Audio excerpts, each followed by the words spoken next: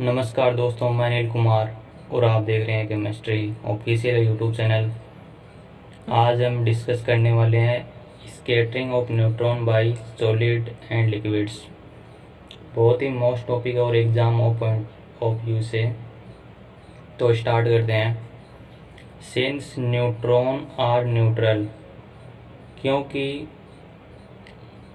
Neutron क्या होते हैं, न्यूट्रल यानी उदासीन होते हैं। They can not interact with the periphery of electron और with positive charge atomic nuclei.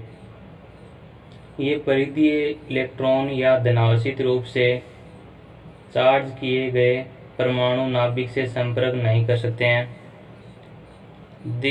Their absorption in matter is due to their short range interaction with nuclei। द्रव्य में उनका अवशोषण नाभिक के साथ लघु दूरी के संपर्क के कारण होता है। यानी their absorption in matter is due to their short range interaction with nuclei। यानी इसके हिंदी में बात करना चाहिए तो द्रव्यों में उनका अवशोषण नाभिक के साथ लघु दूरी के साथ या लघु दूरी के संपर्क के कारण होता है। नेक्स्ट पॉइंट की बात करते हैं। दियर इंटरेक्शन में be regarded as a collision which में बी इलास्टिक और नॉन इलास्टिक कोलिजन। उनकी पारस्परिक या नाभिक की पारस्परिक क्रिया के दौरान एक ऐसी टक्कर के रूप में देखी जा सकती है जो कि प्रत्यास्थ या अप्रत्यास्थ टक्कर हो सकती है।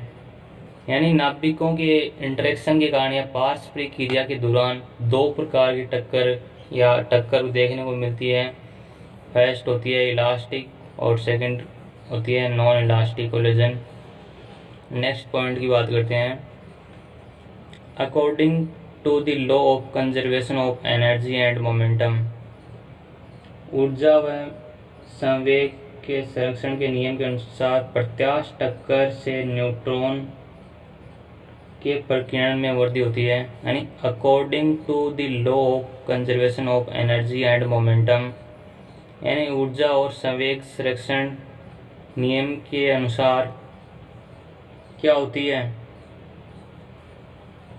न्यूट्रॉन के प्रकीर्णन में वृद्धि होती है। Elastic collision will give rise to scattering of neutron. A portion of the energy of striking neutron will be transferred to the nucleus।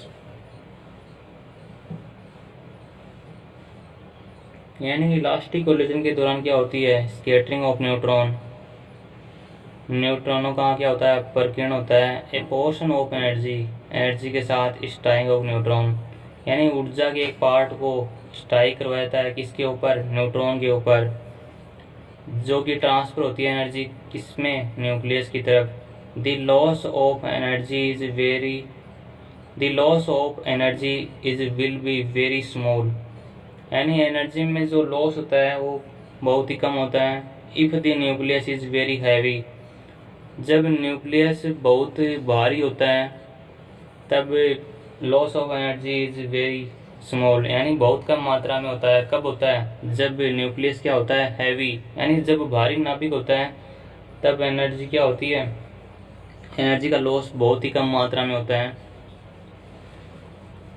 Light nuclei will reduce the energy of fast neutron at each collision. यानी जब हल्के नाभिक प्रत्येक टक्कर पर तेज neutron की ऊर्जा को कम कर देता है। यानी जब हल्के नाभिक का यूज किया जाता है प्रत्येक टक्कर के दौरान जो फास्ट न्यूट्रॉन होते हैं उसकी एनर्जी क्या हो जाती है, कम हो जाती है। कब होती है, जब हल्के नाभिक का यूज किया जाता है।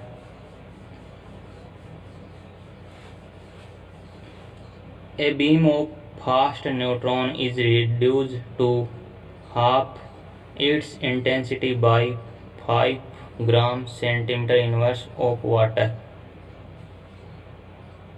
न्यूट्रॉन का एक पुंज पानी की जब कंसंट्रेशन 5 ग्राम सेंटीमीटर इनवर्स से आधी तीव्रता तक कम हो जाती है। यानी जब वाटर का यूज किया जाता है इसमें न्यूट्रॉन के पुंज में, तब उसकी तीव्रता क्या होती है, हाफ हो जाती है। द नॉन इलास्टिक कोलिजन में भी पार्शियल और टोटली, यानी जो नॉन इलास्टिक कोलिजन होती है वो पार्शली भी यानी आंशिक और पूर्ण रूप से हो सकती है, यानी दोनों प्रकार से हो सकती है। नॉन इलास्टिक कोलिजन में भी पार्शियल और टोटल, यानी पूर्ण आंशिक रूप से भी हो सकती है और क्या हो सकता है, टोटली यानी पूर्ण रूप से भी हो सकती है। In total collision the neutron is capture by the nucleus, यानी पूर्ण रूप से टक्कर के दौरान क्या होता है, न्यूट्रॉनों का या न्यूट्रॉनों की कैप्चरिंग किसके द्वारा की जाती है, न्यूक्लियस के द्वारा, लीडिंग टू रियल ट्रांसफॉर्मेशन, और यह वास्तविक रूप से ट्रांसफॉर्मेशन होता है या रूपांतरण होता है in partial collision. In partial collision nucleus is scattered analogous and the nucleus undergo internal changes and is arises to excited state of higher energy। आंशिक रूप से बिखरे हुए नाभिक क्या करते हैं, आंशिक रूप से बिखरे हुए नाभिक एनामोलस है, और नाभिक आंतरिक परिवर्तन से गुजरता है और उच्च ऊर्जा की बाहर की स्थिति के लिए उठता है।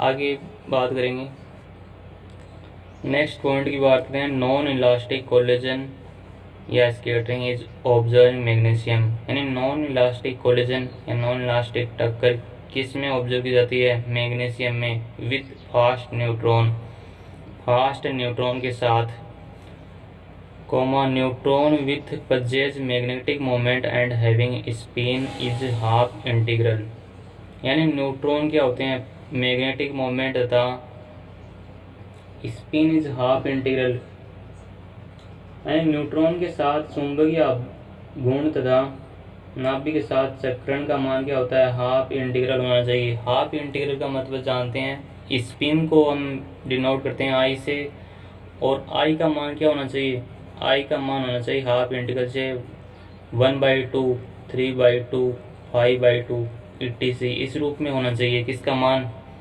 स्पिन का मान, स्पिन को हम आई से डिनोट कर सकते हैं।